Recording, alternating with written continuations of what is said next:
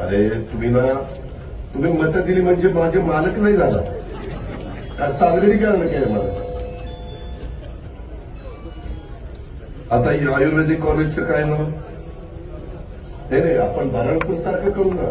तुला बोललो ना मी माग शासकीय आयुर्वेदिक महाविद्यालय हॉस्पिटल नाही हे मला आत्ता नाही सांगता येणार. मागा मी पुण्यश्लोक अहिल्यादेवी होळकर यांचं नाव दिलं. त्याचा बोर्ड झाला का होता बसला का अमाऊंट बसलाय. तर हे तुमचं सजेशन आहे. आपण म्हणजे नावाबद्दल कुणाचं काही दोन असायचं कारण असेल.